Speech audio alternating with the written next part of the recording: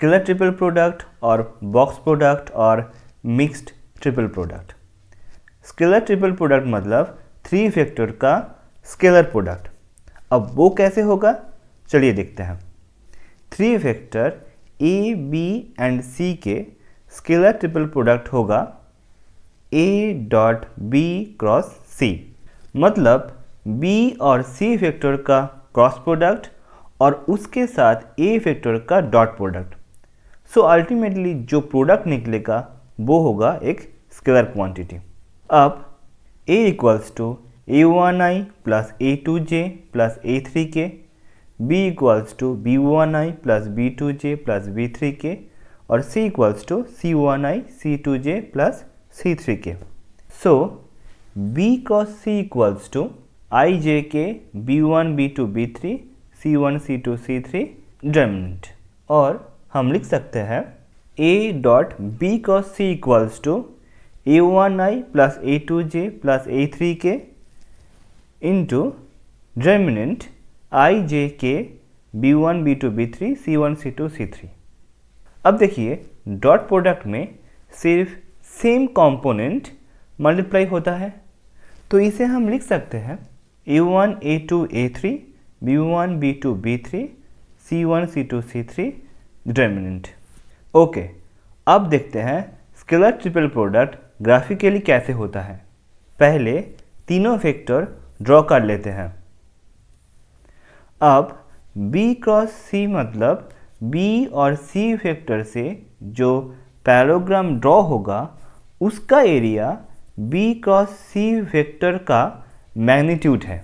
अब अगर B and C जिस प्लेन में है उस प्लेन के परपेंडिकुलर यूनिट वेक्टर अगर n कैप है तो B क्रॉस C वेक्टर को हम लिख सकते हैं B cross C equals to B cross C mod dot n cap. अब आते हैं A वेक्टर पे। A और B क्रॉस C वेक्टर के बीच डॉट प्रोडक्ट मतलब B क्रॉस C वेक्टर का मैग्नीट्यूड और B क्रॉस C के ऊपर A वेक्टर का जो प्रोजेक्शन है उसका प्रोडक्ट। चलिए डायग्राम से समझते हैं। यहाँ पर B और C के perpendicular B cross C vector को ड्रॉ कर लिया, उसके ऊपर A वेक्टर का प्रोजेक्शन होगा mod A cos theta. Theta यहाँ पर A और B और C वेक्टर के बीच एंगल है। So A dot B cross C equals to B cross C mod dot A mod cos theta. Number 1 दे देते हैं। अब देखिए A, B और C को तीनों एज मान के हम एक पैरेललोपिपेड ड्रॉ कर सकते हैं कुछ ऐसे। अब नंबर 1 एक्सप्रेशन में देखिए B क्रॉस C मॉड होगा पैरेललोपिपेड का बेस का एरिया और A mod cos theta actual में पैरेललोपिपेड का हाइट है। सो बेस इंटू हाइट हो जाएगा इस पैरेललोपिपेड का वॉल्यूम। सो तीनों फैक्टर का स्केलर प्रोडक्ट होता है उन तीनों फैक्टर से गठित हुआ पैरेललोपिपेड का वॉल्यूम। प्रॉपर्टीज 1, अगर A, B, C कोप्लानर है तो पैरेललोपिपेड का वॉल्यूम 0 हो जाएगा। तो यहाँ से हम कह सकते हैं A, B, C कोप्लानर होगा अगर A dot B cross C equal to 0 है तो। सेकेंड, अब देखिए कोई डिटर्मिनेंट का वॉल्यूम उसके दोनों रो या कॉलम चेंज करने से नहीं बदलता है। So A dot B cross C equals to B dot C cross A equals to C dot A cross B होगा। So dot and cross in a scalar triple product can be interchanged without changing its volume. Vector triple product. Vector triple product कुछ ऐसे होता है। 3 vector A, B और C का vector triple product होगा A cross B cross C। चलिए graphically देखते हैं वेक्टर ट्रिपल प्रोडक्ट कैसे होता है। ओके, पहले आते हैं B क्रॉस C पे।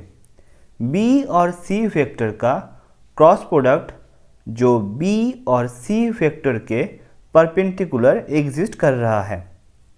यहाँ पर B और C जिस प्लेन में है उस प्लेन को S मान लीजिए।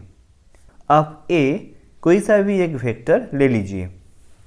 A और B क्रॉस C वेक्टर का क्रॉस प्रोडक्ट जो वेक्टर होगा वो वेक्टर A और B क्रॉस C वेक्टर का परपेंडिकुलर होगा। अब B क्रॉस C वेक्टर के परपेंडिकुलर में एग्जिस्ट कर रहा है S plane. So A cross B cross C vector S plane में ही कहीं पर एग्जिस्ट करेगा। So A cross B cross C, B और C वेक्टर एक ही प्लेन में एग्जिस्ट कर रहा है, मतलब इन तीनों वेक्टर कोप्लेनर है। और अगर तीनों वेक्टर कोप्लेनर है और एक ही ओरिजिन से ओरिजिनेट हो रहा है तो उन तीनों वेक्टर लीनियरली डिपेंडेंट होगा। अब अगर आपको यहाँ पर लीनियरली डिपेंडेंट का कॉन्सेप्ट नहीं समझ आ रहा है तो मेरा आपसे गुजारिश है, आप लीनियर डिपेंडेंट और लीनियर इंडिपेंडेंट के ऊपर जो वीडियो है उसे देख लीजिए। उस वीडियो का लिंक आपको आई बटन पे और डिस्क्रिप्शन में मिल जाएगा। अब आते हैं टॉपिक पे।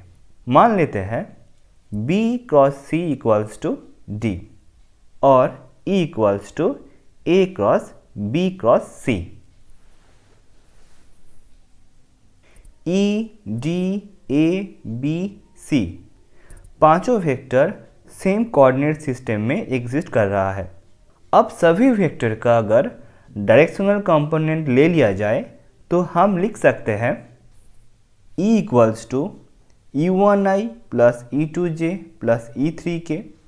सो E1 equals to A2D3 minus A3D2 और D equals to B cross C equals to ijk B1 B2 B3 C1 C2 C3 determinant और D2 equals to B1 C3 minus B3 C1 and D3 equals to B1 C2 minus B2 C1।